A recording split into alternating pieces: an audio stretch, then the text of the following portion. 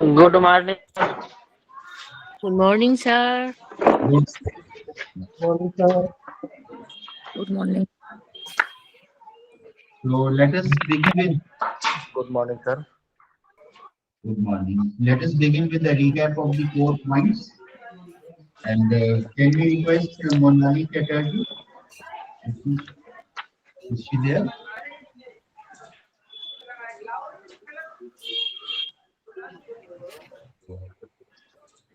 Mhm.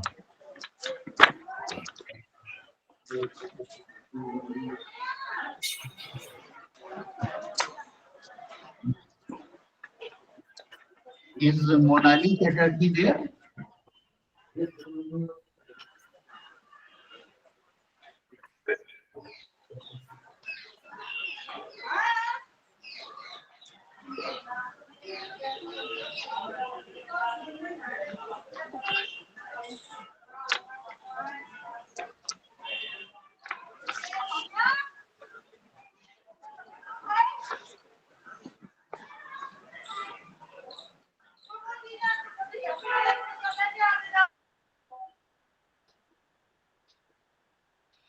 Monali Chatterjee, she has joined. Yes, sir. Would you like to present some key takeaways of yesterday's sessions that we have Yes, sir. engaged? Yes, sir. Um, am I Please. visible and audible, sir? Yes, very much. Um, so I'm summarizing all that we have discussed so far. Uh, we had begun with the premise that as teachers, we are constant presenters, and that is why presentation skills are so important. Communication is a two-way process, but what one says as a sender um, can are only utterances. The meaning is assigned to these utterances by the audience. Then to support this, there were demonstrations done. These demonstrations were actually nothing but the presentations that were done by the participants. The body of whatever we received as learning came from the feedback that were given to the participants. The meaning, so this feedback mostly was structured in the form of the C's of communication. Mostly this boils down to the 7 C's of communication, one of them being completeness. So whether it is completeness of thought, completeness of an idea, the completeness of a sentence, it can be anything related to the completeness of any component related to the presentation. The next C was the clarity of thought. So whatever we need to present has to be structured, and whatever we need to say has to be largely divided into 3 parts, which is, one is what do you want to say, then you say it, and then you come back to the first point and say that this is what I have said in my presentation. Uh, One more very important component is conciseness, which is another C of communication. So, like there were several participants who were told that they had very crisp presentations. So, in case if a presentation is concise, to the point, uh, wherein the listeners don't lose interest, then it is a concise presentation. The next C is correctness. So whatever is mentioned has to be given in terms of facts. We need to be more specific rather than giving general information. So we need to balance between facts and creativity, which is yet another C of communication. But this is where Sir had talked to us about the engagement of the audience. Um, Also, here we also need to take care of certain other parts of a presentation. For example, how we speak. So matter and manner. So the matter has to be precise or concise, but the manner has to be clear as well in terms of pronunciation. There should not be any mother tongue influence. In terms of pronunciation, in case if we use, no matter what language we use, we should be careful with sounds like sh and sir, or f and p, and so on. Then comes concreteness. So whatever we mention, they should be facts, but in case if they are demonstrated with the help of an example, then it makes a lot of difference to a presentation. These facts, these examples can be anecdotes, they can be a story, and they can be some kind of an elaboration of an idea, and so on. Without using the word coherence, there had been a lot of discussion about the unity of presentation. Coherence is yet another C of communication. So what Sir had mentioned was about the unity, as in the depth and the width of a presentation. So he had given the example that teachers ko phailana to aata hai, lekin sametna nahi aata. So whatever we mention in terms of topics, it has to be wide enough so that there is enough content, and it should be deep enough so that the presentation should complete before the listener loses interest. So time and time again, there had been a reference to the golden ratio. And I've already spoken about creativity. So here, of course, Sir had talked about we can begin with a question, or we can begin with something that is a premise or a hypothesis. Maybe it can be something startling, which engages or attracts the attention of the audience immediately. So apart from these, he had been giving feedback in terms of nonverbal communication. He has been looking at our posture, whether we have been giving the right kind of posture, whether our gestures were positive or not, whether we have maintained eye contact or not with the audience, and very importantly, the compliance of time, because our presentations should be time bound. Very importantly, what has gone through all the discussions has been, Sir has been repeatedly reminding us that our presentations should have inductive logic or an inductive argument rather than a deductive argument. So in an inductive argument, we give the generalizations first, and then we enumerate, or we rather elucidate what we have got to say. And that always makes a presentation more sound. It is easier for the listeners to understand. Well, that has been the crux of much of what he has said. So largely he has been talking about, because we are teachers, we cannot stop being presenters. So this was the crux of all the feedback that he has been giving us. So have I covered most of your points? Yes, you have done a good job, Monali. I'm very thankful to you for putting it all together. Just a few clarifications over here. Actually, the first C, which you talked about, completeness, the T relates to that only. And we discussed and elaborated it in the context of Ramesh Soni's presentation. No, I think it was in the context of crop management, which was discussed, Ajit Pandey. Yes. And he discussed the problem, for example, the problem of pest attack, and then how it can be handled. So that makes the presentation complete. So when we are arranging our content, we need to make sure that it is rich, content rich, and it is also complete. So that completeness actually relates to the content and content selection basically. And then we talked about, yes, you have talked about coherence, you talked about clarity, conciseness. I think correctness basically refers to, yes, the idea and facts being correct, but also primarily in terms of the language correctness. And that relates to the grammar of the language, that relates to the phonetics of the language, the diction, the pronunciations that we have. So if there is a heavy mother tongue influence, that somehow impacts this C of communication. That was one part of it. I think before we start today's session, I would like to add one more C. We have been talking about it, but I did not mention specifically this aspect as one of the C. And this C is consideration. Now, what is consideration? The core idea is what Monali just now explained. We only utter. Actually, the listener makes it a communication. So all our communication should be tailored, keeping or considering the need of the audience. So we have talked about empathy, we have talked about audience analysis, understanding the reality of the audience. For many technical presentations, we shared this point that this may be very good as far as your own subject specialists are concerned. But this is a heterogeneous group and we need to bring it to the level of the audience. So this C actually impacts all other C's of communication, because then we, for example, uh, try to impart clarity to the audience. That means if we have a technical presentation, we will have to simplify it.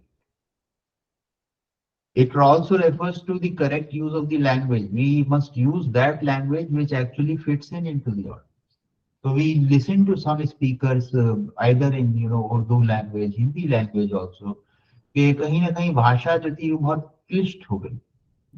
इसका मतलब हम क्योंकि भाषा का बहुत अच्छा ज्ञान रखते हैं तो हमें लगता है कि हम कोई भी लफ्ज इस्तेमाल कर लें, इस्तारा इस्तेमाल कर लें, तशबीह इस्तेमाल कर लें या कोई और लफ्ज इस्तेमाल कर लें. Audience, it is audience responsibility to understand. No, it is our responsibility to make them understand this.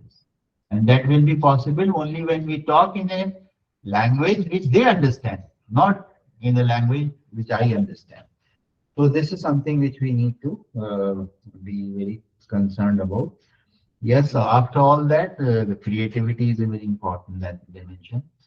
And one more C which I would like to add, and maybe I will illustrate it with the examples. Some live examples if we listen to such ideas. A presentation, all said and done, should be courteous. Just because we are actually holding a one-up position when I'm delivering a presentation, can I take my audience for granted? Or if I am the teacher, can I take a one-up position? आज मैं आपको ये पढ़ाने जा रहा हूँ. I mean, the very use of the terminology, मैं ये पढ़ाने जा रहा हूँ, I am going to share my understanding on this subject. Now that makes it a, rather than I focus, it makes it we focused. Or today we are going to learn about presentation skills. Now this is far more inclusive than I saying, आज मैं आपको ये पढ़ाऊंगा कि अच्छे presentation आप कैसे दें. Now this sounds like, as if I am in a one-up position, और ये लोग जो है recipient of my wisdom है and they are one down position. So this should not be the demeanor. और हम लोगों ने हिंदी में वो मुहावरा भी सुना है कि फलदार दरख्त तो एक्चुअली झुक जाता है. So somebody who is truly wise will be humble, will maintain that humility during the course of the presentation. So let us listen to a few more volunteers. Some of you have raised the hand. So now whosoever wishes to speak, you can raise your hand. Then yes, Ram Sajivan Bhaskar and Manoj Yadav. I think Manoj Yadav has raised his hand earlier also. So we will begin with Manoj Yadav and then Ram Sajivan Bhaskar. Should I begin, sir? Just a minute, who would be the timekeeper this time? Can somebody assist me on this? I can be, sir. Okay, Priyanka. Priyanka, thank you very much. So Priyanka would be the timekeeper. And we listen to Manoj Yadav, Neha Yadav, and then Ram Sajivan Bhaskar. Okay. So Manoj Yadav ji, please start. Good morning, sir. I am Manoj Yadav from Government Degree College, Kannauj, affiliated to CSJMU University, Kanpur. My presentation is actually, sir, on Dover Beach. I would quote the lines, concluding lines of the very poem. Before I begin with the poem, I would like to drag your attention on what actually is happening today. There is a conflict in 19th century when there was the rising science and declining faith. That was the concept in Victorian age. So the very lines actually focus on that. The rising science, the development of science causes urbanization causes materialism. Materialism when we hunt for things, for luxury. And the decline of faith is actually the decline of values, decline of a kind of faith. So I would quote the lines, then we would understand the meaning of the lines behind what Matthew Arnold, the 19th century poet, has tried to say. He says, our love, let us be true to one another, for the world which seems to lie before us like a land of dreams, so various, so beautiful. Our love, let us be true. So there, the poet is seeking a truthfulness as he is not getting in the world. We in today's world has the same issue. We all are suffering with a sense of existence, with a sense of identity. The poet is sitting on a Dover beach and seeing the waves of the sea rising and falling. So what he says, our love, let us be true to one another, for the world which seems to lie before us like a land of dreams. This new world of science, this new urbanized world is a world of science. Okay, like a land of dreams. It's like a land of dreams. So various, so beautiful, so new. It's beautiful world. But the next line is very important. Has neither love nor joy, nor light nor certitude. So this new world has neither joy. We may be happy, but we don't feel pleasure. Neither joy nor love. There is no absolute love in the world. There is no absolute trust in the world, because this new mechanic world, this new materialized world has lost everything. Nor light. We are spiritually trial. We are not faith. Time We is don't up. have reason. We are actually fanatic, nor certitude. We have lost that certainty in us. We have lost that existence in us. So when the poet says, our love, let us be true, he's seeking a truthfulness in mutual understanding. Sir, your time is up. Okay. Thank you. Thank you. Okay, Neha Yadav now.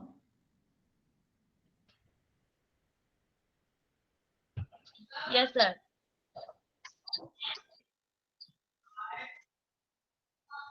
सभी को मेरा नमस्कार। मैं Neha Yadav, assistant professor Hindi department SRD college Thakar. आज मेरे presentation का topic है भाषा। तो भाषा, सबसे पहले हम बात करेंगे कि भाषा क्या है, उसकी क्या विशेषता है, उसके क्या प्रकार है। तो भाषा एक ऐसा माध्यम है जिसके द्वारा मनुष्य अपने भाव एवं विचारों को व्यक्त कर पाता है। भाषा मनुष्य को एक सूत्र में बांधने का कार्य करती है। जैसा कि भाषा के कई प्रकार होते हैं, जैसे पशु पक्षियों की भाषा, जीव जंतुओं की भाषा, मनुष्यों की भाषा। तो अगर भाषा ना हो तो मनुष्य एक दूसरे से जुड़ नहीं पाता। जैसा कि आज हम लोग इस प्लेटफॉर्म पे जब बात कर रहे हैं तो यहाँ भाषा के माध्यम से और हम लोगों को के भाव एवं विचारों को व्यक्त करने का माध्यम भाषा। अगर भाषा नहीं होती तो हम लोग एक दूसरे से जुड़ नहीं पाते। यहाँ पंजाबी बोलने वाले और गुजराती, असमी, बंगाली सभी लोग हैं, लेकिन हम लोगों को जोड़ने का काम कर रही है या तो अंग्रेजी या तो हिंदी। ये भाषा ही है जिसके माध्यम से हम अपने भाव को और विचारों को एक दूसरे से सामने रख पा रहे हैं। तो हिंदी के एक प्रसिद्ध कवि हुए थे कबीर दास। वो कहते हैं कि भाखा बहता नीर, भाषा बहते हुए जल के समान है। जिस प्रकार जल बहकर अपना रूप धारण कर लेता है, वैसे ही भाषा भी एक स्थान से दूसरे स्थान पर जाने पर रूप धारण कर लेती है। वो कहते हैं कि कोस कोस पर पानी बदले, चार कोस पर बानी, अर्थात कुछ दूर पर जाने के बाद आप देखेंगे पानी का स्वाद बदल जाता है, वैसे ही कुछ दूर पे जाने के बाद भाषा का रूप बदल जाता है। जैसे आज हम लोग अलीगढ़ में हैं तो अलीगढ़ का क्षेत्र ब्रज का है, फिर आप लखनऊ की तरफ जाएंगे तो उधर आपको अवधी मिल जाएगी, आप मेरठ की तरफ जाएंगे उधर हिंदी मिल जाएगी। तो भाषा क्या है, निरंतर परिवर्तनशील रहती है, वह बदलती रहती है। और भाषा एक अर्जित संपत्ति है। भाषा को हम अपने बुद्धि, ज्ञान, विवेक से सीख सकते हैं। हम अंग्रेजी भी सीख सकते हैं, हिंदी भी सीख सकते हैं, उर्दू भी सीख सकते हैं। तो भाषा हमें दैवीय नहीं है, भाषा ईश्वर के देन तो है, ध्वनि है भाषा की, लेकिन भाषा को हम अर्जित कर सकते हैं। भाषा क्या है? एक सूत्र में लोगों को बांधने का कार्य करती है। भाषा सर्वव्यापक होती है, भाषा कण कण में व्याप्त होती है। अगर रात्रि में अंधेरा होता है तो भी अगर कोई चीजें टकराती है तो टाइम टन हो गया आवाज मैम। आती है। वो क्या है कि हर जगह भाषा है। आप मौन होते हैं तो भी आपको एक तरह से अंदर आत्मा की आवाज ही भाषा सामाजिक वस्तु है। भाषा भाषा के कई प्रकार हैं, जैसे लिखित भाषा, मौखिक भाषा। Ma'am time is up. Please wind up now.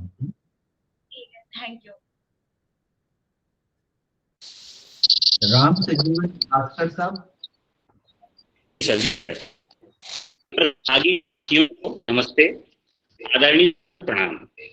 मैं राम सजीवन भास्कर वीरांगना महारानी लक्ष्मीबाई राजकीय महिला महाविद्यालय झांसी में सहायक आचार्य हिंदी के पद पर कार्यरत हूँ। आज हम काव्य की आत्मा कही जाने वाली रस को जानने का प्रयास करेंगे कि आखिर रस है क्या, और क्या ये सभी को समान रूप से आनंदित या प्रभावित करती है। तो चलिए समझते हैं कि रस क्या है। तो हिंदी शब्दकोश में हम रस के अर्थ को अगर देखते हैं तो इसमें पहला अर्थ ये है कि स्वाद, भोजनादि का स्वाद जब हम करते हैं तो उससे हमें आनंद की प्राप्ति होती है। और दूसरा अर्थ देखते हैं तो वनस्पति, फलों आदि का तोड़ा हुआ अर्क और पदार्थों का जल में मिश्रण रस के रूप में जाना जाता है। काव्य शास्त्रीय अर्थ में हम देखें तो किसी साहित्य पढ़कर हमें आनंद होती है उसे रस कहते हैं। तो ये तो हो गया रस क्या है। अब हम आगे जानना चाहेंगे कि आम रूप से सभी को प्रभावित करती है। तो इसे जानने के लिए हम भारत मुनि की एक परिभाषा को लेते हैं कि जिस प्रकार अनेक प्रकार के पदार्थों से व्यंजन भोग स्वस्थ व्यक्ति करके आनंदित होता है, इसी प्रकार भाव और संचारी भाव से संपन्न अस्थायी भाव का आस्वादन कर सहृदय सामाजिक व्यक्ति अनुभूत कर आनंद है। इस परिभाषा से दो बातें निकलती। एक है कि भोजनादि का स्वाद स्वस्थ व्यक्ति का, अस्वस्थ व्यक्ति नहीं। और दूसरी, साहित्य काव्य को पढ़कर आनंद सहृदय व्यक्ति ही पाता है, पाषाण हृदय। इसे हम एक उदाहरण से समझ सकते हैं कि यदि कोई व्यक्ति बीमार है और उसके जीभ का स्वाद चला गया है तो स्वाभाविक रूप में उसे स्वादिष्ट से स्वादिष्ट भोजन भी फीका लगेगा और उसके जगह जो स्वस्थ व्यक्ति है वही भोजन उसे आनंद प्रदान करेगा। इसी तरह से काव्य में जब हम कोई व्यक्ति अच्छे से अच्छे काव्य को सुनता है या पढ़ता है लेकिन वो पाषाण व्यक्ति है तो उसे उसका आनंद नहीं मिलता क्योंकि वो कठोर हृदय है। इसे हम समझ सकते हैं कि कोई व्यक्ति रास्ते से जा रहा है और रास्ते में किसी दुर्घटनावश किसी व्यक्ति की मृत्यु हो गई है, विलाप है, लेकिन इस कठोर हृदय व्यक्ति के हृदय पे कोई प्रभाव नहीं पड़ता, लेकिन राहगीर द्रवित होते हैं और उससे अपनी संवेदना व्यक्त करते हैं। इससे हम यह जान पाए कि रस सभी को समान रूप से प्रभावित नहीं करता। धन्यवाद। आगे की कक्षा में हम आगे रस के विषय में बात करेंगे। धन्यवाद sir. Thank you Ram Sajivan ji. Now Sati Prakash. Satya Prakash. Yes sir. Good morning to all of you. मैं सत्य प्रकाश, मैं अर्थशास्त्र विभाग का असिस्टेंट प्रोफेसर हूँ। मेरा रिसर्च का एरिया टूरिज्म से रिलेटेड है, तो मैं आज उसी टॉपिक पे बात करना चाहूँगा। इस समय लोगों का रुझान एक नए प्रकार के टूरिज्म पर, चूंकि उस पर ज़्यादा लोगों का बढ़ा है, आकर्षण बढ़ा है, उसी पे हम बात करेंगे। वह है डार्क टूरिज्म। इसकी शुरुआत हम एक घटना से करना चाहेंगे। अभी आप 1-2-3 महीने पहले एक घटना सबने देखी या सुनी होगी न्यूज में कि कुछ लोग टाइटैनिक के मलबे को देखने गए थे। हालांकि उनके साथ दुर्भाग्यपूर्ण घटना घटी, उसकी चर्चा हम नहीं करेंगे। हम यह जानना चाहते हैं, हम यह बताना चाहते हैं कि वो गए वहां क्यों थे। वह गए थे एक बड़ी मानव त्रासदी को देखने के लिए। तो उसी से डार्क टूरिज्म की परिभाषा निकलती है कि जब व्यक्ति किसी बड़ी मानव त्रासदी या आपदा को देखने जाए या वहां ऐसे स्थान में भ्रमण करने जाए तो वह डार्क टूरिज्म कहलाता है। और इस प्रकार के विश्व स्तर पे कई स्थान हैं जो डार्क टूरिज्म के रूप में प्रसिद्ध हैं। जैसे कि भारत में लिया जाए, भोपाल गैस त्रासदी भोपाल में है हुई घटना। ऐसे ही जलियांवाला बाग मेमोरियल है, नागासाकी कोहिमा में मेमोरियल बना हुआ है, अमेरिका में 9/11 मेमोरियल है। इस तरीके के विश्व में कई घटनाएं हैं जो इतिहास में बहुत ही या तो नरसंहार हुए हैं या किसी त्रासदी से वो पीड़ित हैं। और अब लोगों का यह रुझान इस तरफ ज्यादा हुआ है, आकर्षण बढ़ा है। इसके संबंध में कई डेटा वगैरह भी आए हैं। जैसे अमेरिका, अभी एक डेटा आया है तो पता चला है कि डार्क टूरिज्म से जो इनकम जनरेट हुई है वह $30 बिलियन हुई है, जो 2032 तक $36 बिलियन होने की उम्मीद है।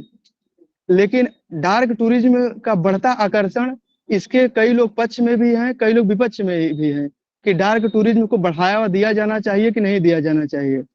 क्योंकि डार्क टूरिज्म के पक्ष में जो लोग बातें करते हैं वो इकोनॉमिक टर्म में बात करते हैं, किसी इकोनॉमिक ग्रोथ कर रही है तो ये अच्छी बात है।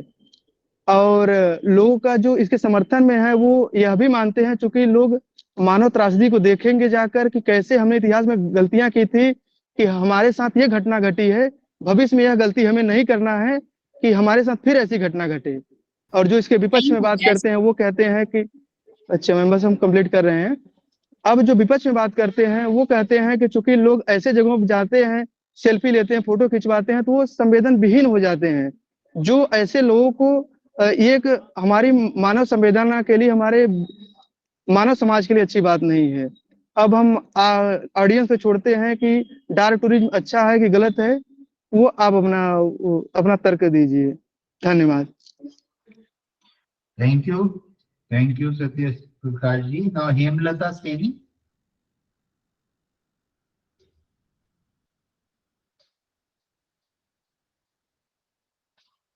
हेमलता, अभी आप म्यूटेड हैं हेमलता। अनम्यूट कीजिए। Sorry sir, Hemlata Saini, assistant professor sir, PC Bangla degree college Hathras. Sir मैं आज अपने रिसर्च टॉपिक के बारे में बात करूंगी। देखिए आप सब जानते हैं कि सबसे पहले मैं एक एग्जांपल से स्टार्ट करूंगी कि गवर्नमेंट ने एक टाइम पर वित्तीय समावेशन और समावेशी विकास को बहुत बढ़ावा दिया था। तो सर मैंने इसी से ही अपना टॉपिक बनाया था कि मैं वित्तीय समावेशन से एक योजना बनाऊंगी, जैसे कि जनधन योजना।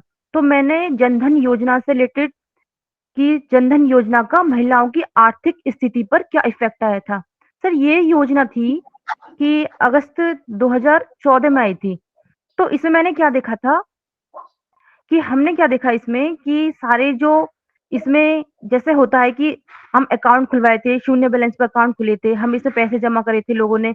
जो महिलाओं ने क्या करा था, अपनी छोटी छोटी जो बचतें थी उसको सेविंग करके अपना बैंक में जमा करा था।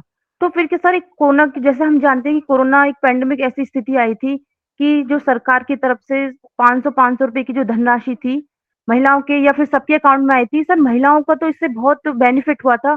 एक उनको सेल्फ कॉन्फिडेंस भी बढ़ा था कि हमारे पास एक खाता है, जैसे कि हम अगर उनके पास उसमें थोड़ी थोड़ी जमा पूंजी थी तो उनपे क्या था, उनको इंटरेस्ट भी मिल रहा था।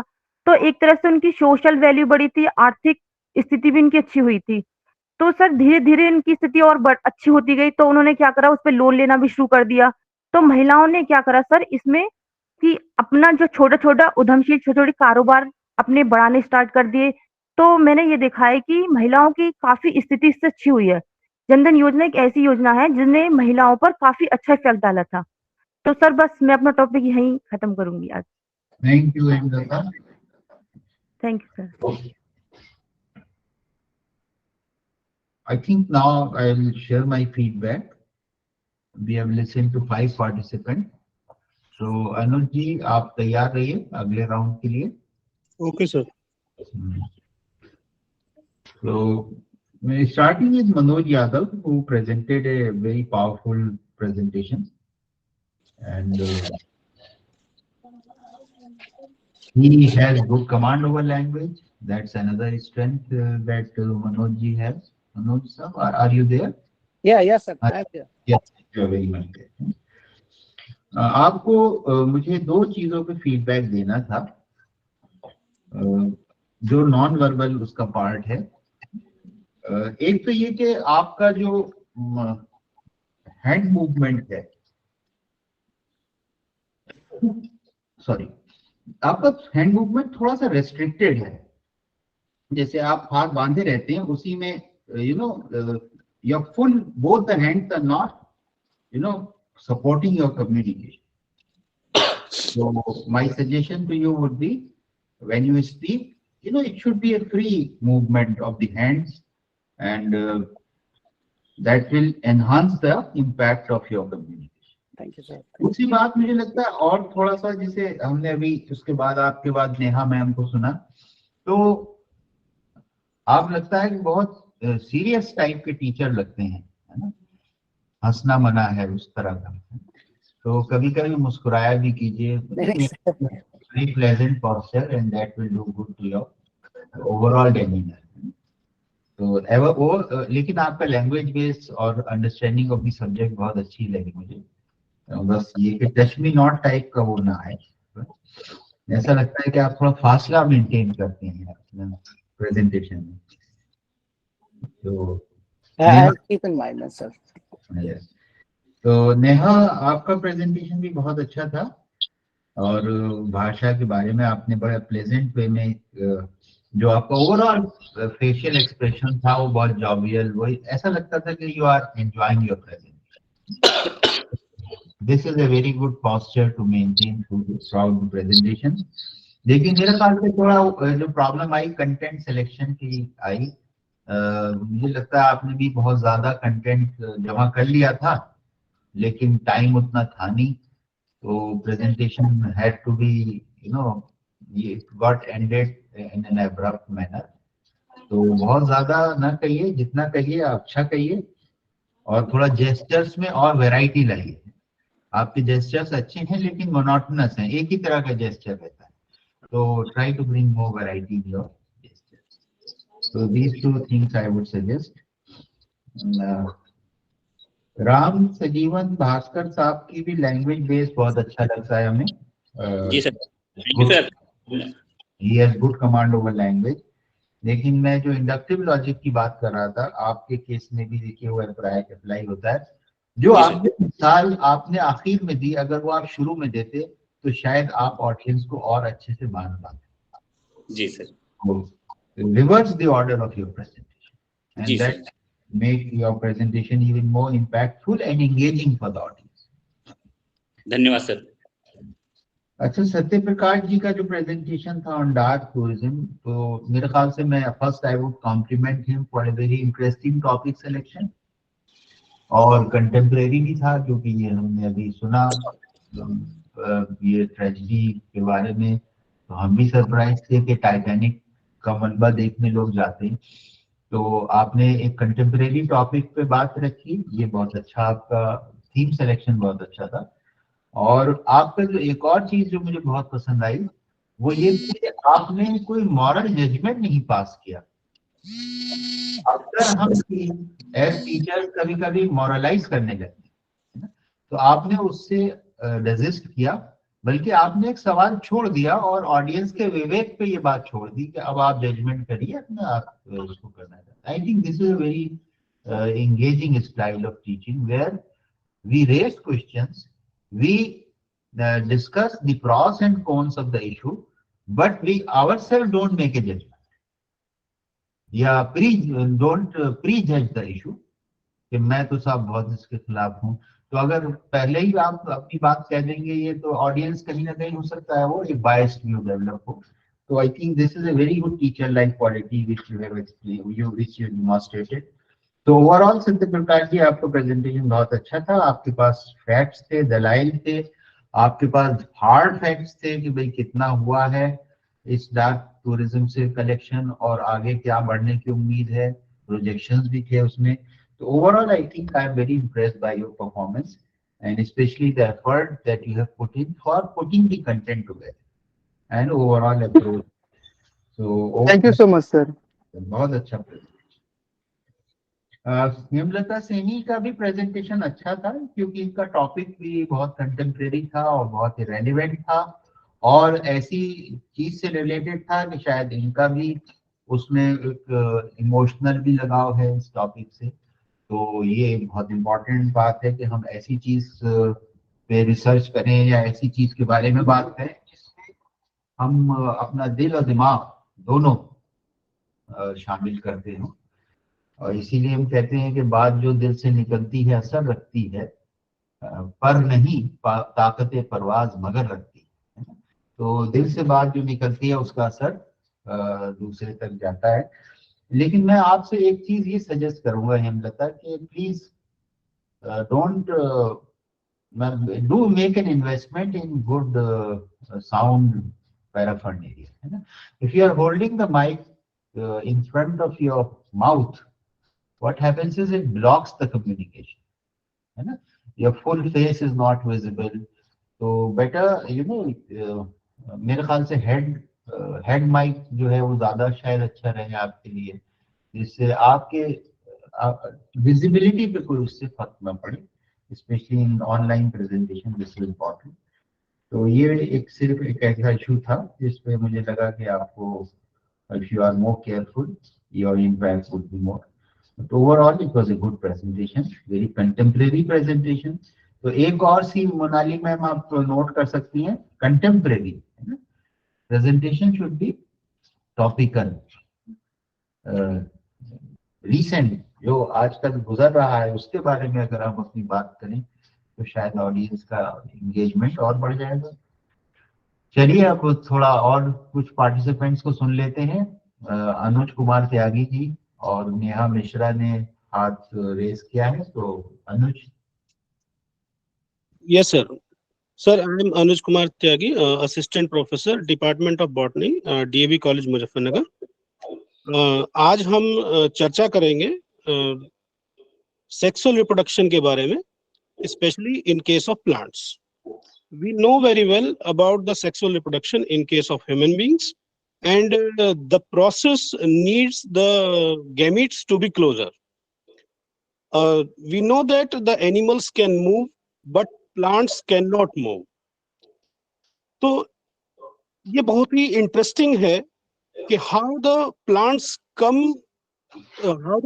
gamete come to close and they perform the process of fertilization. In human beings, offsprings are produced by the process of sexual reproduction, and while in case of plants, it is done by the seeds. जो seeds होते हैं वो fruits के अंदर से आते हैं, और फ्रूट्स कहाँ से आता है, वो after the fertilization process it comes from the ovary.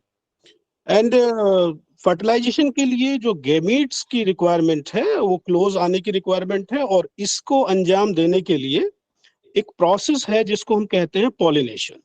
तो आज हम ये पॉलिनेशन के बारे में यहाँ पर डिस्कस कर रहे हैं कि पॉलिनेशन एक्चुअल में है क्या। तो पॉलिनेशन के प्रोसेस में there is the transfer of pollen grains from anther to the stigma, और ये दो टाइप का हो सकता है, सेल्फ पॉलिनेशन और क्रॉस पॉलिनेशन। सेल्फ पॉलिनेशन के केस में जो पोलन ग्रेन्स हैं वो हमारे एक फ्लावर से उसी फ्लावर के स्टिग्मा पर यदि आकर ट्रांसफर होते हैं तो इसको हम सेल्फ पॉलिनेशन कहते हैं, और यदि वो अनदर फ्लावर पर जाकर पहुंचते हैं, it may be of same plant और it may be of different plant, इसको हम क्रॉस पॉलिनेशन की कैटेगरी में रखते हैं। नाउ अब हम ये समझेंगे कि how the pollen grains are transferred, क्योंकि प्लांट्स चल तो सकते नहीं है, तो कौन सी मैकेनिज्म्स हैं जिसके द्वारा जो पोलन ग्रेन्स हैं वो ट्रांसफर हो जाते हैं to the stigma of the another flower. तो इसके लिए जो है क्रॉस पॉलिनेशन के लिए वो कौन सी मैकेनिज्म्स होंगी, उसमें सबसे पहला है यूनिसेक्सुअल फ्लावर्स। यदि फ्लावर यूनिसेक्सुअल है तो ऐसे केस में सेल्फ पॉलिनेशन तो हो ही नहीं सकता है, और उस केस में क्रॉस पॉलिनेशन ही एक ऐसा मैकेनिज्म होगा जिसके थ्रू फर्टिलाइजेशन हो पाएगा। Okay ma'am, thank you. Thank you Anuj Kumari ji. Monika Rani please. Monika Rani. आप अभी म्यूटेड है मोनिका। ओके, नमस्कार सर, मेरा नाम मोनिका रानी है। मैं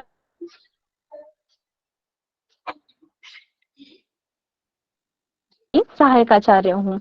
आज का जो विषय है कला में डिजिटल तकनीक की ओर बढ़ते कदम से है।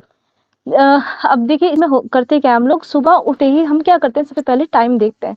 तो सुबह उठकर समय देने से लेकर अखबार पढ़ने तक, उसके बाद अखबार पढ़ने के बाद हमारी पूरी की पूरी दिनचर्या, जिसमें हमारा चाहे वो दोपहर की मैगी खाना हो या फिर हमारी फोटोग्राफ्स वगैरह खींचना हो, वो सब चीजें हमारी डिजिटल तकनीक में आ जाती है। एक चीज और कि डिजिटल तकनीक में मतलब मैगी खाना नहीं, उसकी पैकेजिंग से जुड़ी हुई चीजें आती हैं। ठीक है, तो ये सभी चीजें कहीं ना कहीं हमारी डिजिटल तकनीक के अंतर्गत आ जाती हैं। हम टाइम देखते हैं मोबाइल से, अखबार जो एडिट होता है कंप्यूटर के द्वारा, उसमें मतलब डिजिटल तकनीक के द्वारा, या कोई भी प्रोडक्ट, जैसे मैंने अभी मैगी का नाम लिया था, उसकी पैकेजिंग जो डिजाइन होती है वो डिजिटल तकनीक के द्वारा होती है। तो ये सब डिजिटल तकनीक के अंतर्गत आ जाती है। अब मैं बात करूं अगर कला की, तो कला क्या है, तो सिर्फ चित्र बनाना ही एक कला नहीं होती, कला हर चीज में एक कला होती है। जैसे खाना बनाना भी एक कला है, लिखना कला है, बोलना कला है, हर चीज जो है कला में आ जाती है। ऐसे ही भरत मुनि ने अपने नाट्य शास्त्र में भी लिखा है, नतं ज्ञानम नत्ता शिल्पम न सा विद्या न सा कला। मतलब ऐसा कोई ज्ञान नहीं है, ऐसा कोई शिल्प नहीं है, ऐसी कोई विद्या नहीं है जो कला ना हो। और एक तरह से जो कला का अर्थ कहा जाता है, मतलब वह कार्य जो हमें आनंद दे या जो प्रेरित करे, वही कला है। और यहाँ हम बात कर रहे हैं डिजिटल कला की। तो डिजिटल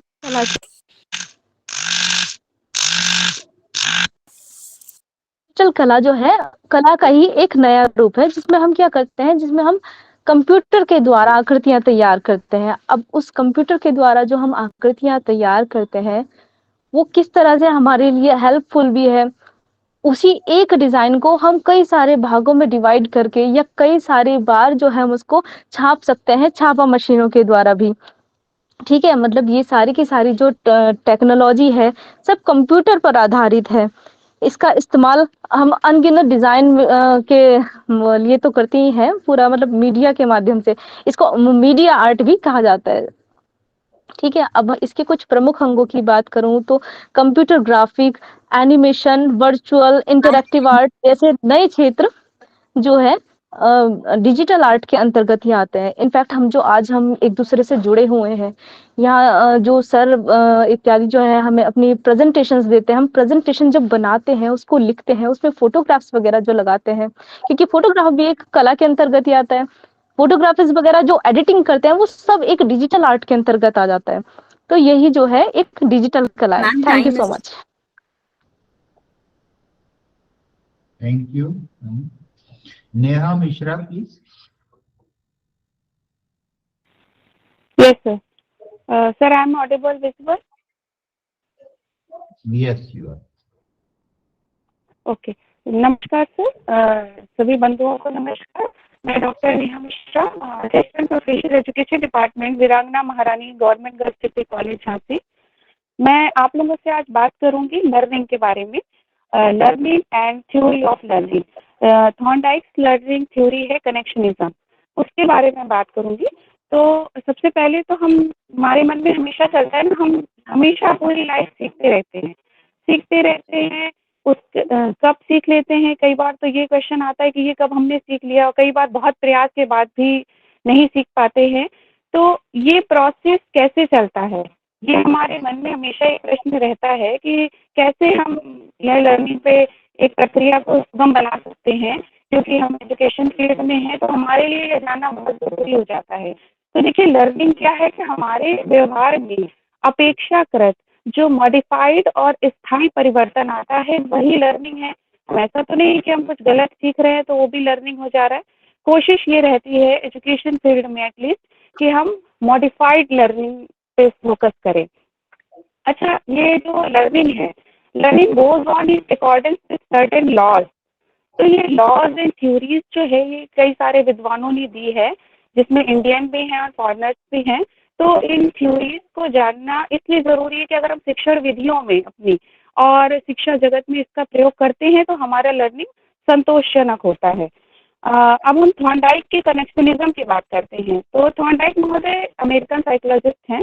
उन्होंने कहा था कि लर्निंग कनेक्शनिज्म है, संबंध स्थापित करना, और ये कनेक्शन क्रिएट करता है मैन्स माइंड, हमारा मस्तिष्क। Learning is connecting and this connection system is creating by man's mind. अब इसमें क्या है कि शारीरिक क्रिया का मानसिक क्रिया से या मानसिक क्रिया का शारीरिक क्रिया से जब संबंध स्थापित हो जाता है तो वो लर्निंग हो जाता है, जिसमें उन्होंने कहा है कि एक स्टिमुलस होता है और एक रिस्पॉन्स होता है। स्टिमुलस मतलब वातावरण में उपस्थित कोई एक ऐसी वस्तु जो हमें क्रिया करने के लिए मजबूर करती है कि हम उसके लिए क्रिया करें, और जब इन दोनों में संबंध स्थापित हो जाता है, बार बार संबंध स्थापित हम करने का प्रयास करते हैं, तो हमारी लर्निंग होती है। इसी लर्निंग को बताने के लिए उन्होंने एक theory the, trial and error, जिसका नाम है प्रयास एवं त्रुटि का सिद्धांत। जो नाम से ही पता चल रहा है कि हम कई बार प्रयास करते हैं, बार बार त्रुटियां करते हैं, फिर हम लर्निंग करते हैं। जी सर, बस 30 सेकेंड्स ओनली आई नीड। इस सिद्धांत के लिए मैं उनका एक एक्सपेरिमेंट बताती हूँ, कहानी की तरह उसको समझ लीजिए। उन्होंने एक भूखी बिल्ली को एक पिंजड़े में बंद किया और बाहर एक मछली का टुकड़ा रखा। अब वो भूखी बिल्ली बहुत प्रयास करती है, बार बार पंजे मारती है, उठक पटक करती है कि वो पहुंच जाए अपनी मछली के टुकड़े तक, और अंत में वो सफल हो जाती है। तो इसमें उन्होंने यही बताया था कि वो जब बार बार त्रुटियां करते हैं, हम प्रयास करते हैं, धीरे धीरे त्रुटियों की संख्या कम होती जाती है और हम सक्सेस हो जाते हैं। इसी तरह से हमारा लर्निंग प्रोसेस चलता है। Thank you so much, sorry for another time taking. Thank you, Neha. Dr. Sharad. Dr. Sharad. Good morning, sir. Good morning to all of you. Myself, Sharad Chand Verma, Assistant Professor, Department of Education, Ramji Sahay PG college, Rudrapur Deoria. आज मेरे presentation का topic है बुद्धि, intelligence. बुद्धि एक ऐसा शब्द है जिसे हम अपने दिन प्रतिदिन की भाषा में प्रयोग करते हैं। अच्छे विचारों की बात हो या तार्किक चिंतन की बात हो या सोचने समझने की बात हो, तो बुद्धि शब्द का प्रयोग हम लोग करते हैं। आमतौर पर इसका प्राय सभी लोग समझते हैं, लेकिन इसके शाब्दिक अर्थ को शायद सब लोग नहीं समझ पाते, सामान्य लोग। तो बुद्धि क्या होती है इसके बारे में हम डिस्कशन करते हैं। बुद्धि अंग्रेजी के इंटेलिजेंस का हिंदी रूपांतर है। इंटेलिजेंस शब्द लैटिन भाषा के दो शब्दों इंटर और लीगियर से मिलकर बना होता है। इंटर का मतलब होता है बहुतों में से, और लीगियर का मतलब होता है चयन करना। इसके पहले जो है, सबसे पहले बोरिंग ने इसकी एक औपचारिक परिभाषा दी थी। बोरिंग का कहना था कि बुद्धि परीक्षण जो मापता है वही बुद्धि है। इसके बाद टर्मेन ने कहा कि अमूर्त चिंतन की योग्यता ही बुद्धि है। इसके बाद बंकिंघम ने कहा कि बुद्धि सीखने की योग्यता है। इसके अलावा भी तमाम और मनोवैज्ञानिकों ने अलग अलग ढंग से इसको समझाया है। कुछ लोगों ने कहा है कि बुद्धि समस्या समाधान की योग्यता होती है। कुछ लोगों ने कहा है कि वातावरण के साथ समायोजन की क्षमता ही बुद्धि है। और थॉर्नडाइक ने इसके 3 प्रकार बताए हैं। जो सबसे पहला प्रकार उन्होंने बताया है कि मूर्त बुद्धि, जिसको हम लोग कंक्रीट इंटेलिजेंस कहते हैं। मूर्त या इसको स्थूल बुद्धि भी कहते हैं। स्थूल बुद्धि उन बौद्धिक योग्यताओं का संगठन है जिसके द्वारा व्यक्ति विभिन्न प्रकार की वस्तुओं को समझने, उनको जानने और उनका व्यवहारिक उपयोग करने के बारे में जानता है। दैनिक जीवन में हम लोग इस बुद्धि का ज्यादा उपयोग करते हैं, क्योंकि ये वस्तुओं के उपयोग के बारे में ये बुद्धि काम करती है। और जो इंजीनियर्स हैं, कारीगर्स हैं, कुशल कारीगर्स हैं या औद्योगिक प्रतिष्ठानों से जुड़े लोग हैं, वो सबसे ज्यादा इस बुद्धि का उपयोग करते हैं। दूसरे तरह की जो बुद्धि बताई गई है वो है अमूर्त बुद्धि, एब्स्ट्रैक्ट इंटेलिजेंस। एब्स्ट्रैक्ट इंटेलिजेंस में उन बौद्धिक योग्यताओं का संगठन होता है जिसमें हम अपने शाब्दिक और गणितीय क्रियाएं या प्रतीकों या चिन्हों के माध्यम से अपने भावों को व्यक्त करते हैं। ज्यादातर जो साहित्यकार हैं या टीचर्स हैं, वकील वगैरह होते हैं, इस बुद्धि का उपयोग करते हैं। तीसरे तरह की जो बुद्धि बताई गई है वो है सामाजिक बुद्धि।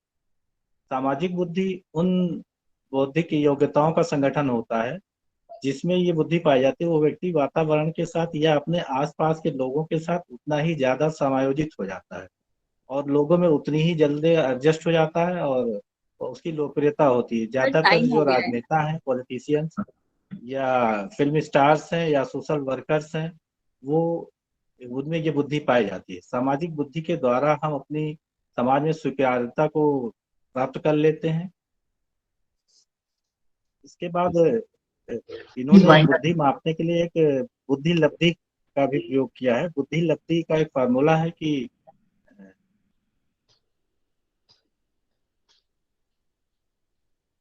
Now, Shreya Kanodia, please. Shreya? जी सर। Shreya Kanodia, नमस्कार। आपने Sir, shall I proceed? Yes, please. Okay. नमस्कार सभी को। Today I am Shreya, Assistant Professor, Hindu Kanya Mahavidyalaya, Department of Economics, which is affiliated Lucknow. Today my topic of my presentation is inflation. Inflation and how it impacts the economy and especially the common people. So as we come across this inflation term in our daily life, in the newspaper and the news, that inflation has rises, and this is also an important focus of the political parties, that inflation every political party used to sir, anything. Am I audible? Please go ahead. Yes, yes, Okay. please go ahead. Okay.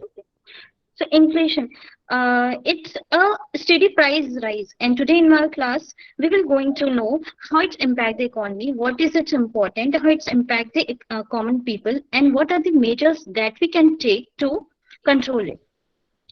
So what is its relevance? So if the inflation has rises, suppose we have an income of in 100 rupees, and now in 100 rupees in 1980s we can buy many things, but if we see in the current present time, we can buy only few things. As we have seen, like in 1980s, the cost of the price of gold 13, but now we can see 20,000. It's a different. How it impacts the economy? There's a decrease in the purchasing power. There is income inequality. It creates income inequality for the common people. So this inflation, hurts the new terminologies we can say, we can come across the skewflation or greedflation and shrinkflation. So skewflation, where is a sector-wise decrease in the sector-wise inflation, price rise, or the greedflation. During the corona time, we have seen that the companies used to raise their, especially the pharmaceuticals companies have raised their medicinal price, and they create a shortage in the economy. So we can say that it is a rise. It is a cartel, de facto cartel they have made, and there is a greedflation in the economy. Okay, thank you. Okay, so let us now, I'm sorry, I will not be able to accommodate any more volunteers now, because I need last half an hour for my own presentation, which would be a summary of our key learnings. So, but those of you who wish to have my feedback, you can record your presentation and send it to me on WhatsApp. You have my phone number, so I'll give you feedback. Now coming to the speakers whom we have listened to in this round, starting with Anush Tyagi, who talked about sexual reproduction in plants. I think he demonstrated clarity of his subject matter and he knew what he is talking about. मुझे लगता है कि थोड़ा फैलाव आपके case में ज्यादा हो गया था, इश्यूज आपने बहुत से, जैसे फॉर एग्जाम्पल मुझे लगता है कि जो उसका वाकई रेलिवेंस वाला पार्ट है कि how it is useful to humanity, वो एक पार्ट ऐसा था कि जो शायद ऑडियंस के लिए ज्यादा इंटरेस्टिंग होता। तो आप टेक्निकल डिटेल्स को अगर कम करके जो उसके यूजेस और benefits for the human kind हैं, अगर उस पर बात करते तो शायद और एक कंप्लीट प्रेजेंटेशन जिसकी हमने पहले बात की थी वो होता। लेकिन overall you seem to have clarity in your content and you have good command over your subject matter. Just वो जो consideration वाला point मैंने discuss किया था कि इस audience के लिए ये judgment करना कि what would be interesting, that's very important. Monika रानी ने डिजिटल कला के बारे में बात की, एनर्जेटिक प्रेजेंटेशन था और she was enjoying her presentation. But आपको भी मुझे लगता है वो जो लास्ट माइल एफर्ट होती है, प्रिपरेशन होती है, that decides actually our impact. तो मुझे लगता है कि थोड़ा आपका प्रेजेंटेशन और ऑर्गेनाइज्ड और सिस्टमेटिक और रिहर्स्ड हो सकता है। देखिए हमने आर्टिकल्स के बारे में पढ़ा था कि good articles are never rated, they are always be rated. मेरे ख्याल से ये प्रेजेंटेशन पे भी अप्लाई होता है। अगर आपका शॉर्ट प्रेजेंटेशन है उसको रिहर्स कर लेना चाहिए, उसको ये देख लेना चाहिए कि, क्योंकि ये प्रॉब्लम मैंने देखा इस राउंड में कई लोगों के साथ थी कि हमने मैटर थोड़ा ज्यादा ले लिया और पता चला आखिर में हमें वक्त की शॉर्टेज, वक्त की तंगी महसूस हुई। और कुछ लोग तो ये था कि मैंने तैयार कर लिया तो वो सब बता के ही जाना है ना। तो ये एक टेंडेंसी थोड़ा शायद इसको हमें चेक करना चाहिए। Presentation is not what we say, presentation is what others receive. अगर ऑडियंस अब उनका एब्जॉर्ब करने की कैपेसिटी खत्म हो गई है तो हमें वहां रुक जाना चाहिए। लेकिन कहीं ना कहीं वही जो आई फोकस प्रेजेंटेशन होता है उसमें मुझे लगता है कि भाई मुझे कुछ बताना है और इनको सुनना है। तो ये जजमेंट बहुत इंपॉर्टेंट है, स्पेसिफिक प्रिपरेशन बहुत इंपॉर्टेंट है। तो Monika Rani, you have good command over language, you know your content, you have high energy level, but you could be more organized and make rehearsing the presentation at least once or twice so that you clock the time exactly, जिससे वक्त से आपका काम पूरा हो जाए। नेहा मिश्रा की देखिए वही मैं इंडक्टिव लॉजिक की बात पहले भी मैंने कही थी कि आपने जो वो भूखी बिल्ली की मिसाल दी ना आखिर में, आप वहां से शुरू कर दी, reverse the order of presentation, वहीं से एंगेजमेंट क्रिएट हो जाता है कि भाई लर्निंग कैसे होती है। तो always have an example to begin with, specially if you are trying to explain a kind concept of learning, for example, to a heterogeneous group. तो ये मुझे लगता है शरद जी के सिलसिले में भी मुझे ये कहना है कि आपने जो तीनों इंटेलिजेंस की बात की बहुत अच्छा था, लेकिन मुझे वो वाली बात जो थी कि ये जजमेंट करना कि मैं इतना, don't aim for the sky. Thumb rule इज कि आप कुछ ऐसे पॉइंट पे छोड़ दें, जैसे हमारे एक साथी ने कहा कि भाई डार्क टूरिज्म के बारे में उन्होंने एक सवाल पे छोड़ दिया, लोगों को सोचने का मौका दे दिया कि अपना सोचिए। तो मुझे इनको पढ़ा देना है, ये एक बहुत कोई अच्छी स्ट्रेटेजी मुझे नहीं लगता कि प्रेजेंटेशन।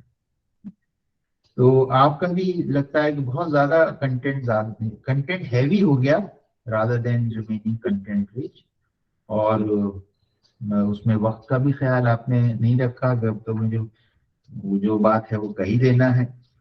तो I think this urge we need to control.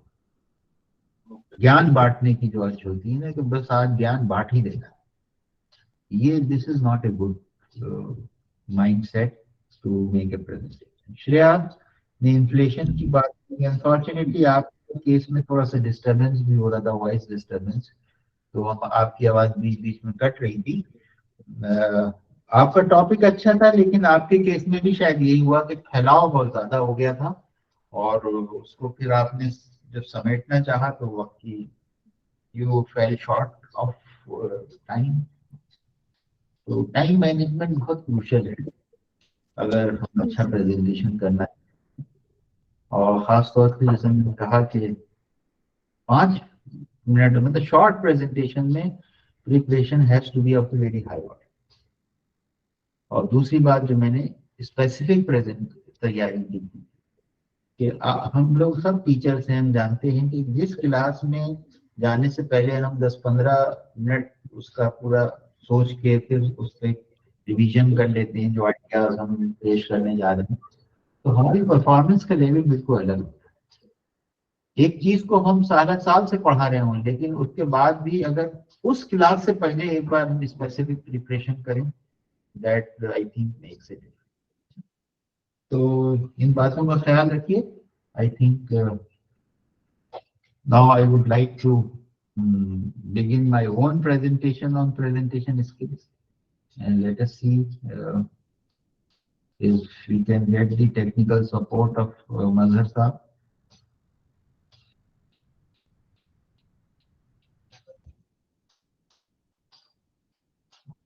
हाँ, आइए Mazhar Saab, आपका इंतजार है।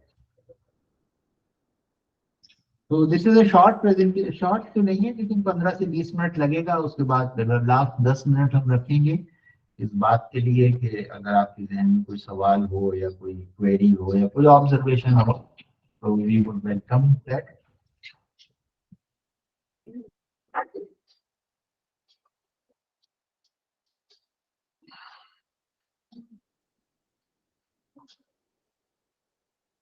Are you able to see it?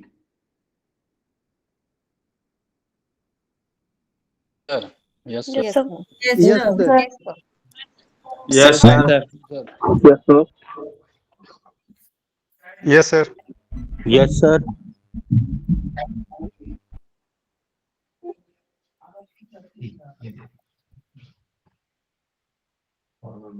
Yes, sir. Yes. Okay, so let me share with you the content of this presentation. I am going to cover 4 aspects which I have been talking about, but this would be a kind of putting it all together. So first thing that I will discuss with you is how do we plan the presentation, then how do we give it a structure. Then we have been talking about various C's of effective communication, and how do we master killer, how do we make those killer presentations which actually stay with the audience. So let me begin the first planning part of it. We call it a STAR strategy, and we need to ask a few questions before we go about delivering the presentation. And the first question is, who is my audience? I have been emphasizing the importance of it all through my presentations, all through my feedback, that analysis of the audience is the starting point of a good presentation. एक presentation हम अपने subject specialist को देते हैं, एक हम बच्चे को दे रहे हैं, एक ऐसे ग्रुप को दे रहे हैं जिनका इंटेलेक्चुअल लेवल हाई है लेकिन सब्जेक्ट का बेस उनका नहीं।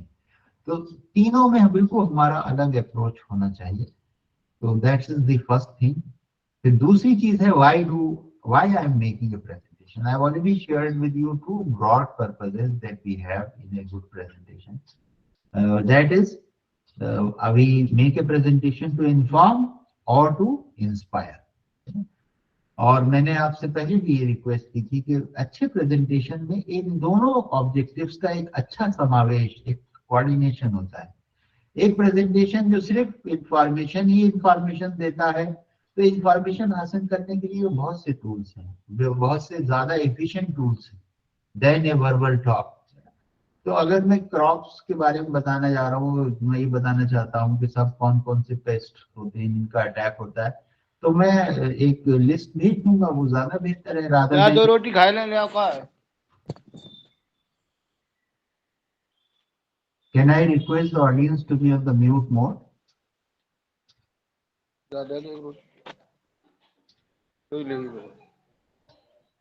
रवि जी, आप अपना माइक्रोफोन म्यूट करिए।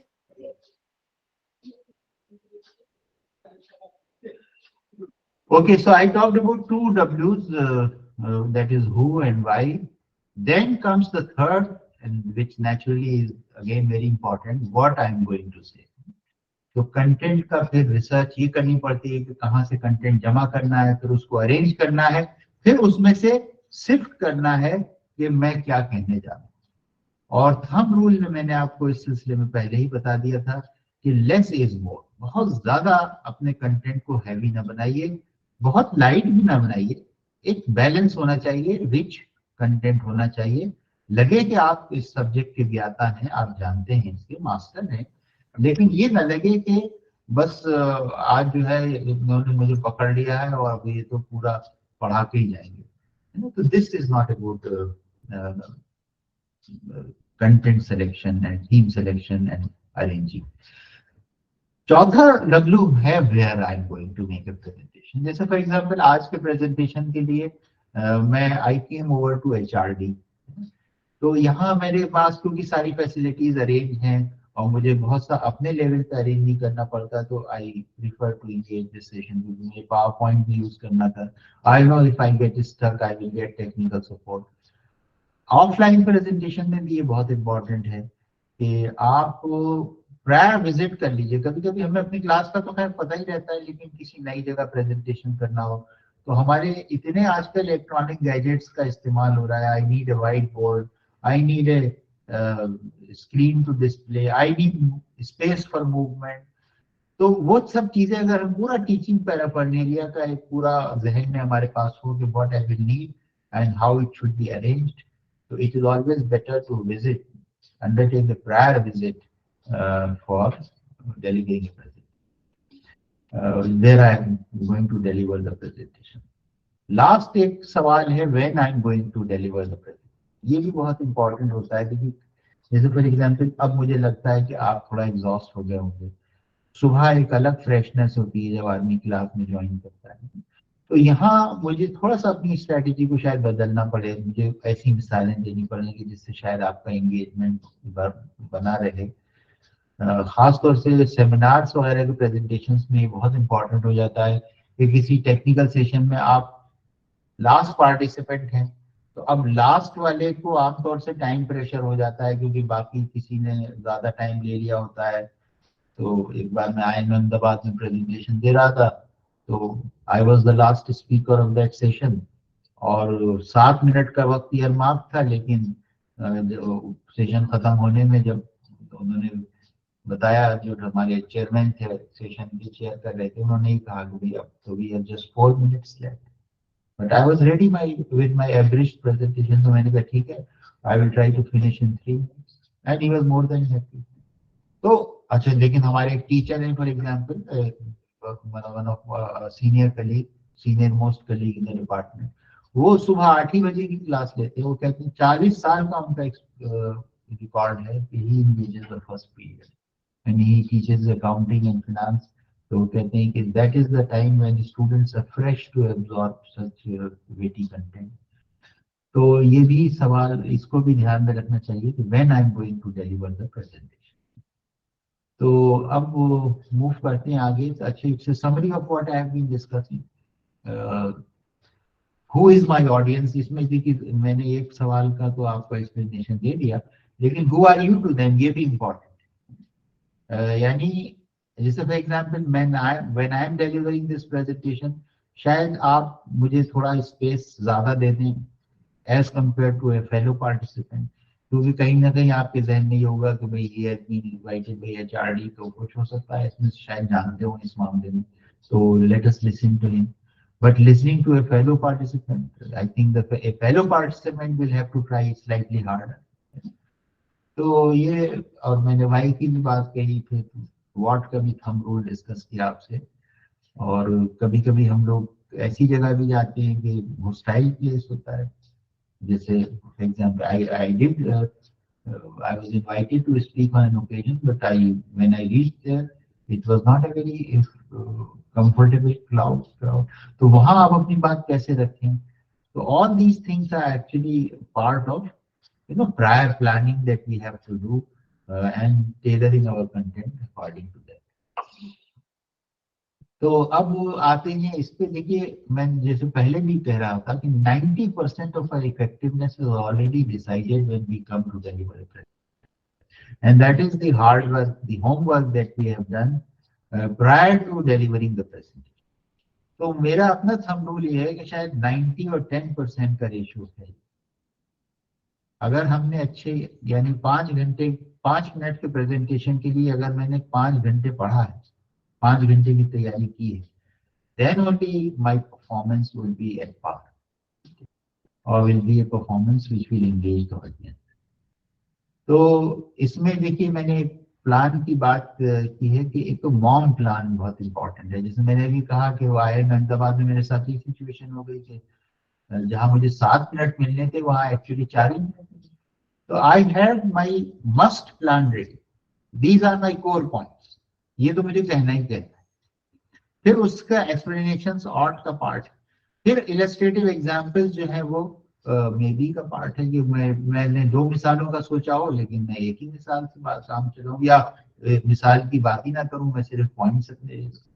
तो this is also a part of plan that actually we make 3 versions of our presentation intuitively. One a standard version, then an expanded version and then an abridged version. तो अगर ये रहेगा तो हम लोग confident रहेंगे कि ठीक है जैसी भी सिचुएशन होगी हम उसको ऐसे हैंडल करें। अच्छा, स्ट्रक्चरिंग की बात मैंने आपसे कही थी कि good presentation is like a picture which has 3 distinct parts, an introduction, then the main body and then finally the summary of it.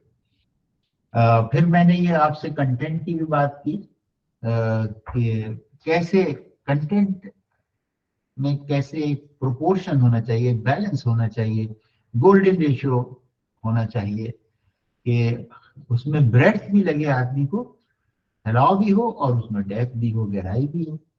तो this proportion we have to maintain. Then I was talking about this pyramid of maturity, जिसमें हम किसी भी subject को जब जानने की कोशिश करते हैं तो बेसिक इंफॉर्मेशन उसके बारे में पहले हासिल करते हैं। मैथ्स फॉर एग्जांपल आपको उसका एक्सपर्ट बनना है तो you need to have some information base, some formula, some tables you need to memorize. तो फर्स्ट लेवल पे मेमोरी का रोल प्ले होता है, वो रोल होता है। सेकंड लेवल पे जब हम मूव करते हैं तो नॉलेज का रोल इम्पोर्टेंट। तो नॉलेज से क्या मतलब है हमारा कि अब हम जो हमारे पास इंफॉर्मेशन है उसको एक पैटर्न में देख रहे हैं और हम अब चीजों को समझ रहे हैं। विजडम का लेवल जब आता है जब हम अपनी समझ को मार्केट प्लेस में टेस्ट करते हैं। मैं थ्योरीज ऑफ मोटिवेशन पढ़ा रहा था 20 साल से, लेकिन जब मुझे एडमिनिस्ट्रेटिव असाइनमेंट मिला यूनिवर्सिटी में कोचिंग गाइडेंस सेंटर का और मेरे पास 25 का स्टाफ था और 500 स्टूडेंट्स थे जिनको मुझे कैटर करना था, तो अब मुझे वो सारी थियरीज ऑफ मोटिवेशन वहां अप्लाई करनी। तो फिर मेरी समझ में आया कि भाई क्या व्हाट एक्चुअली इज मोटिवेशन। तो that is the stage of what we call wisdom.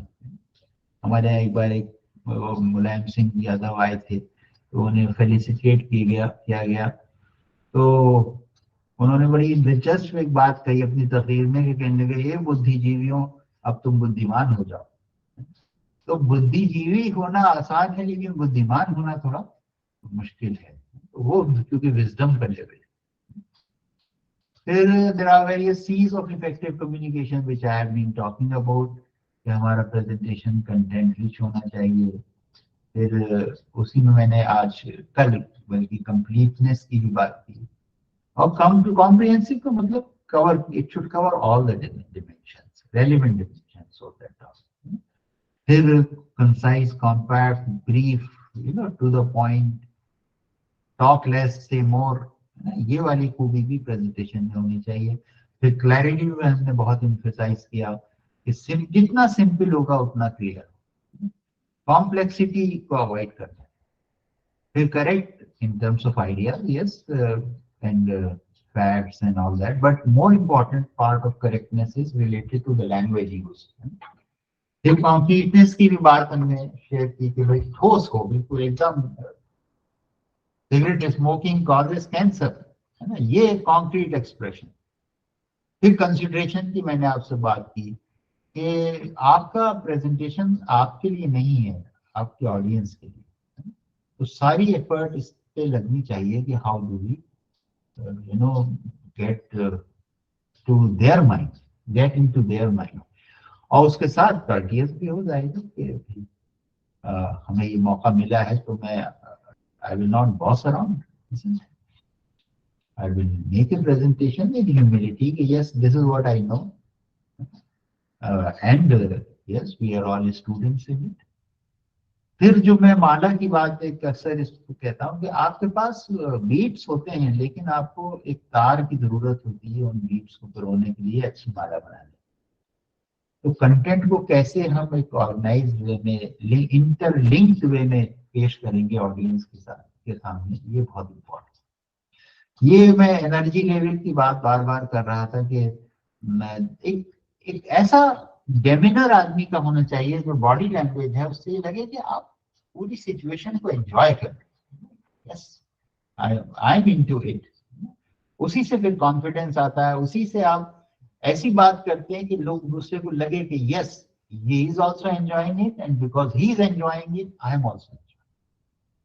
फिर कंटेम्प्रेरी की बात मैंने कही यार कि अपडेटेड जितना हमारे पास डार्क टूरिज्म की, आज बहुत अच्छा प्रेजेंटेशन था, तो उन्होंने बिल्कुल फैक्ट्स एंड जो करंट फैक्ट्स एंड फिगर्स हैं उसकी बात की, प्रोजेक्शंस की बात की। तो अगर प्रेजेंटेशन हमारा कंटेम्प्रेरी है, अपडेटेड है, तो भी बहुत अच्छा है। फिर क्रिएटिव तो ज़ाहिर होना ही चाहिए, कुछ ना कुछ नई बात। कहते हैं ना कि सिर्फ अंदाजे बयां रंग बदल देता है, वरना दुनिया में कोई बात नई बात नहीं। हम कोई नई बात नहीं कर रहे हैं, लेकिन जो हमारा अंदाजे बयान है, the way we deliver things, and that makes the difference. फिर अब लास्ट पार्ट पे आते हैं कि how do you master the presentation, कि ऐसे ऑडियंस का डेमिनर जो है वो बिल्कुल ऐसा रहे जब हम बात कर रहे हैं। बहुत मुश्किल है, क्योंकि अक्सर होता ये है ना, कि या तो audience they start dosing of, या फिर they have a piercing look कि ये कब जाएगा, और नहीं जाएगा तो इसे हटा दिया जाएगा, मतलब that kind of demeanour the audience. इसकी वजह क्या है? इसकी वजह ये है, शायद हम लोग सब यंग जनरेशन से जो डील कर रहे हैं तो उनके साथ कोई और भी प्रॉब्लम है कि अटेंशन स्पैन हमारा कम से कम होता जा रहा है, specially because of our involvement with digital technology, mobile phone से। तो अब उसमें आपको शॉर्ट स्पेल में अपनी बात को इंगेजिंग और इंटरेस्टिंग बनाना है, जिससे audience remain glued to your thing. और सबसे ज्यादा जो प्रॉब्लम आती है वो ये मैंने जो नंबर में इंडिकेट कर रहा हूँ आपसे, specially when it's a technical presentation. तो अब इसको वेट थ्रू करना शायद बहुत मुश्किल काम होता है। सबसे मुश्किल काम ये होता है कि टेक्निकल प्रेजेंटेशन को नॉन टेक्निकल अंदाज में पेश करना। जैसे मैं आपको एक मिसाल से ये बात समझाऊं कि मान ली ये है आपका एक आईपॉड, और मैं कहूँगा साहब इसकी 5 GB की कैपेसिटी, तो कितने लोग उसको समझ पाएंगे कि वाकई कितनी कैपेसिटी है। लेकिन मैं इसमें कहूँ कि आप इसमें 1000 सॉन्ग्स जो है वो स्टोर कर सकते, तो इट विल कम अलाइव, है ना, लोग एक कॉमन प्लेस एक्सपीरियंस का फिर वो पार्ट हो जाएगा। अच्छा, इतनी कैपेसिटी है, दैट्स गुड, है ना, तो ब्रिंग नंबर्स टू लाइफ। फिर use of emotions is a very powerful tool to engage with the audience. The emotions could be of surprise, or could be of elation or awestruck. Any emotion, if you are able to arouse during the course of a presentation, the audience are likely to stay with us. फिर story telling को मैंने बहुत अहमियत दी, बार बार emphasise किया कि जैसे हमारी एक साथी वो लर्निंग के बारे में बता रही थी कि बिल्ली की कहानी देखी, बिल्ली को ऐसे पिंजरे में बंद कर दिया गया और ये डाल दिया। तो ये जो स्टोरी टेलिंग है, it is always a very engaging way to build up your presentation. और इसी के लिए मैंने फिर ये इंडक्टिव और डिडक्टिव लॉजिक की बात की थी कि डिडक्टिव लॉजिक में we move from general to specific, but inductive logic में हमने एक मिसाल दी, बिल्ली मछली खाना चाहती थी, ऐसा सिचुएशन। तो अब हमने इससे theories of learning करा। तो this is I think Monali ने थोड़ा सा उसमें कंफ्यूज किया था उस वक्त जब प्रेजेंटेशन कर रही थी। तो let me be very clear on this, अगर I have not been able to explain this idea earlier. My case is we should start with a case and then build up our idea, the theoretical idea on that case. So this is फिर non verbal की मैंने बार बार बात की कि एक, अब देखिए इसमें जो एक आदमी का बड़ा हाफ्टी डेमिनर है वो बिल्कुल साफ नजर आ रहा है।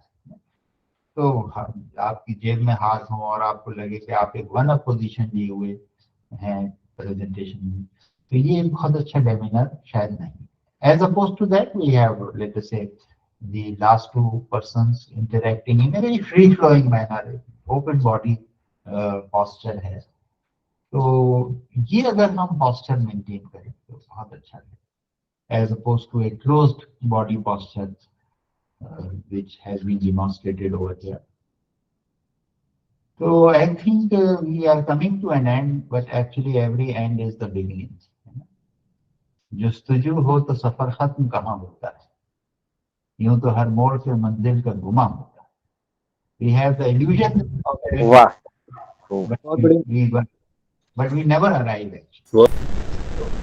So every end actually is the starting of a new journey. तो जिन लोगों ने प्रेजेंटेशन किया है उनके लिए एक नई जर्नी है, they have a new experience. जिन लोगों ने सुना है कि इतनी वैरायटी ऑफ प्रेजेंटेशन के लिए, उनके लिए भी एक नई जर्नी है, क्योंकि they have got so many live examples and demonstrations. लेकिन अक्सर क्या होता है कि हम लोग बहुत जानते हैं लेकिन बहुत कर नहीं पाते। There is always a, जैसे ये स्ट्रक्चर की बात है कि इतना सिंपल आइडिया है कि every presentation should have a structure. लेकिन we can ask this question, how many of us who did deliver a presentation used that simple idea effectively in their presentation? तो इसके लिए बार बार हमें प्रैक्टिस करना पड़ता है। In fact I was reading a book on presentation, उसमें last advice थी कि practice practice and practice and practice practice and practice, कोई शॉर्टकट। तो ultimately this is what fails. और I will end on this beautiful statue which I saw in Akshardham temple in Gandhinagar. मुझे idea for development, इसमें ये देखिए human figure दिखाई गई है इस रॉक स्टोन में, it is coming out of it, and the beauty of this statue is that the person is shown holding a hammer and a chisel in the hand, and it appears as if the person is carving himself out of that stone. तो ये जो तराश खराश है वो actually हमें खुद ही करनी पड़ती है, वो हमारे ये कोई और नहीं करता है। मेरे हाथों की लकीरों के इजाफे हैं गवाह, इजाफे या एक्सटेंशंस, मेरे हाथों की लकीरों के इजाफे हैं गवाह, मैंने पत्थर की तरह खुद को तराशा है। वाह क्या बात है, क्या बात है सर, बहुत बढ़िया बात सर, बहुत बढ़िया सर। सर बहुत अच्छे सर, एक बार और मेरे हाथों की लकीरों के इजाफे हैं गवाह, मैंने पत्थर की तरह खुद को तराशा है। बहुत सुंदर sir. I think sir, excuse me sir. Yes sir नमस्कार, मैं ये पूछना चाहती हूँ कि मेरा जो प्रेजेंटेशन था, टीचर प्रेजेंटेशन, वो अपलोड नहीं हो रहा था गूगल क्लासरूम में। तो मैं 15 तारीख को आपके समक्ष महादेवी वर्मा पर अपना प्रेजेंटेशन दी थी। 16 तारीख को फिर मेल आया है कि टीचर प्रेजेंटेशन आपका नहीं हुआ है। तो क्या मैं फिर वहां अपलोड करूं फिर से, या आपके समक्ष जो दी थी उसी से हो जाएगा, मार्क्स मिल जाएंगे? नहीं, वो क्योंकि I did not evaluate everybody, वो आपकी एक अलग रिक्वायरमेंट है। ये सेशन आप, हालांकि ये सेशन अनफॉर्चुनेटली क्योंकि there was a parallel session going on and मुझे 4 सेशंस एंगेज करने थे, तो एक ideally HRD tries to accommodate my sessions in the beginning of the FIP, लेकिन आपके केस में थोड़ा सा डिले हो गया। लेकिन अब इस लर्निंग के बेसिस पे आप अपना प्रेजेंटेशन जब अपलोड करेंगी तो hopefully it would be a much improved version. Okay, sir. Okay, sir. Thank you, Sir, sir. sir, I'm Sankat Mochan Jha. I have a small question, sir. Yes, please, please. Sir, I posted my presentation yesterday on Google Classroom, and I happen to be a professor of English literature, and we are in the habit of storytelling. I hope you would appreciate that. Unfortunately, sir, the time specified for us to make our presentation was just about 5 to 7 minutes. And I have egregiously violated that norm. My presentation happens to be of 16 minutes, and I'm very poor with my editing skills. I am trying to work on that though, sir. So would they accommodate it, or I will have to make a new presentation? देखिए, please, I am very sorry if I am a bit harsh. In life, we either have reasons or results. Sir. है ना? अगर Yes, sir. हमको एक brief दिया गया है कि 5 से 7 मिनट में अपनी बात रखनी है, तो हमें उसी में रखनी है. सर ये एटीट्यूड मेरे ख्याल से बहुत अच्छा नहीं माना जाएगा कि I take other person for granted. Do you think I have all the time in the world, or whoever is evaluating the presentation has all the time in the world? Because not at all, sir. So if there is a requirement that अगर मुझे vice chancellor 5 minute का time देता है, तो मुझे अपने आप को एडजस्ट करना है ना. मैं उससे करता है कि I will need 15 minutes to explain my points. Sir, please reduce it to the required length. Yes, sir. So, sir, I mean, will the window remain open? If they would be kind enough, who can I approach? I think you have to ask. I am also an invited resource person. I am not part of the administrative team. So, Sir. So I think they should be able to solve it. Sir, okay. Sir, thank you so much, sir. I'll knock on the other door then, sir. Thank you, sir. Sir. Any other observation or query?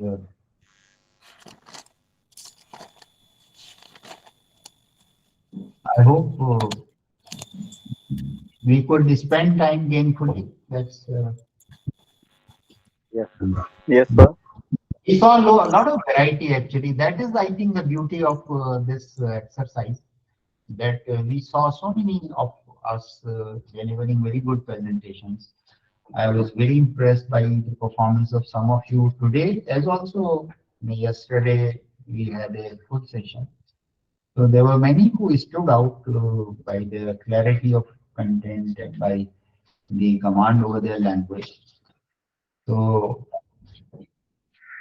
my own faith in this teaching profession gets strengthened when I see a bright teacher who doesn't depend too heavily on, let us say, gadgets. आजकल बहुत ज़्यादा gadgets का भी इस्तेमाल होने लगा है. PowerPoint has become a substitute to teacher, not a support. तो मेरा बेसिक कहना यही है कि I think teaching is a mind engaging process.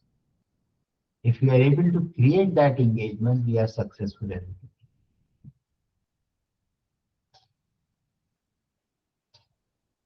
Hello. Yes. संकट मोचन. सर मेरा एक क्वेश्चन है सर. Yes. सर जैसा कि आज आपने बताया कि जब भी हम अपना प्रेजेंटेशन दें तो उसमें मैं की जगह हम इस्तेमाल करें तो ज्यादा बेहतर होगा.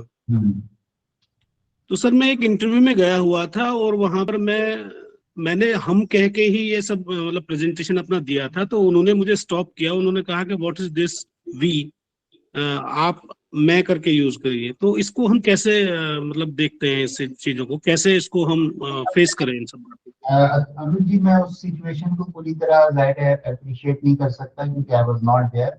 मेरा पॉइंट ये था कि इंक्लूसिव प्रेजेंटेशन होना चाहिए. हम लोग बेसिक कर्टिसीज का ख्याल रखें और हम ये ना कहें कि जैसे मैं एक वन अप पोजीशन में अपनी बात को कह रहा हूँ.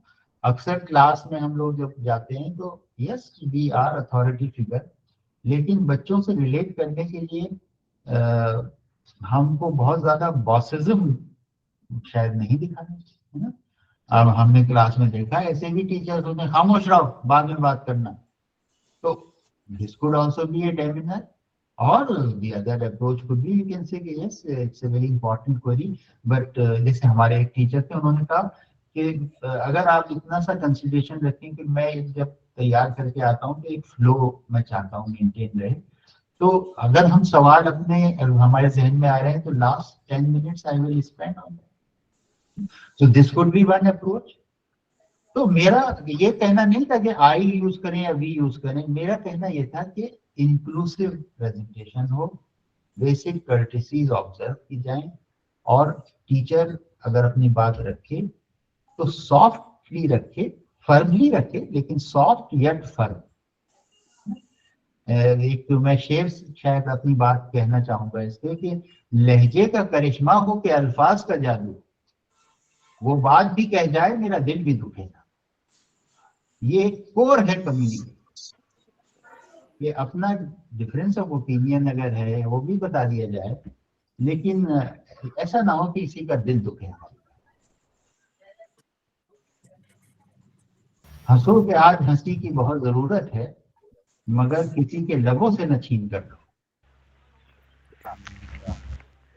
क्या बात है सर, बहुत सुंदर सर, बहुत सुंदर, शायरी बहुत प्यारी है। धन्यवाद sir.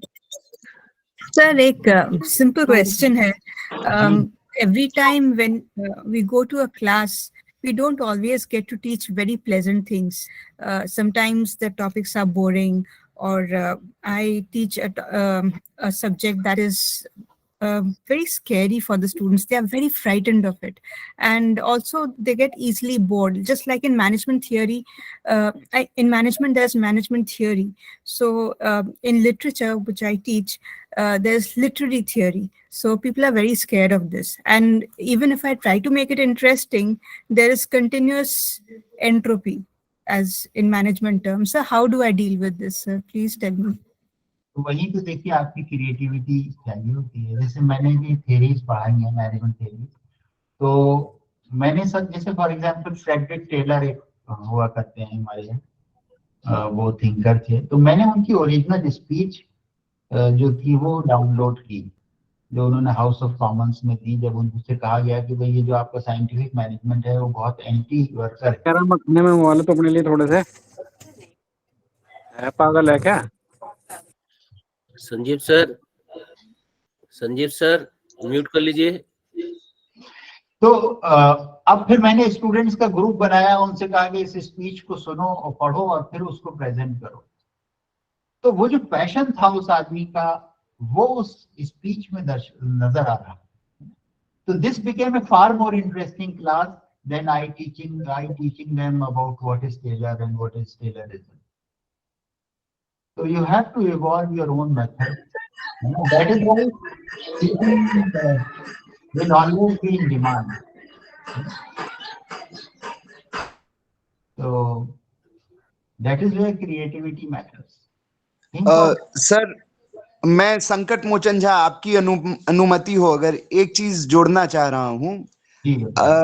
Sir, I share the pain of Madam Chatterjee. Even I am a professor of English literature, and I can fully empathize. And when it comes to teaching literary theory, which is notoriously difficult for people to approach, but sir, मैंने उसके लिए एक applied approach वो adopt किया है, wherein I do not address the theory directly. I do not tell the students what the thinker or philosopher has to say. I mean, what the opinion of the thinker or the philosopher is. I begin with an applied approach in the sense that I begin discussing a story and then discuss the application of that philosophy or thought on that particular story. So that way the students are better able to appreciate the implications of the critical thought in question. I mean, this approach is also available through books like Peter Barry's Beginning Theory, Catherine Belsey's Critical Practice, सो मुझे लगता है sir वो applied जहाँ पे आप known to unknown की तरफ जाते हैं तो वो काफी इफेक्टिव प्रूव होता है सर। मैंने एक ब्रॉड पॉइंट आपके सामने शेयर कर दिया है, इंडक्टिव लॉजिक वाला। अब आप अपने अपने सब्जेक्ट में कहाँ अप्लाई कर सकते हैं, लेकिन world over there is a trend to use inductive logic to make our teaching sessions far more, engaging and interesting. और एक और जुमला मैंने कहीं पढ़ा था, आप पता नहीं आप उससे कितना इत्तेफाक करें, कि there are no poor students, there are only poor teachers. Sir absolutely. जी सर।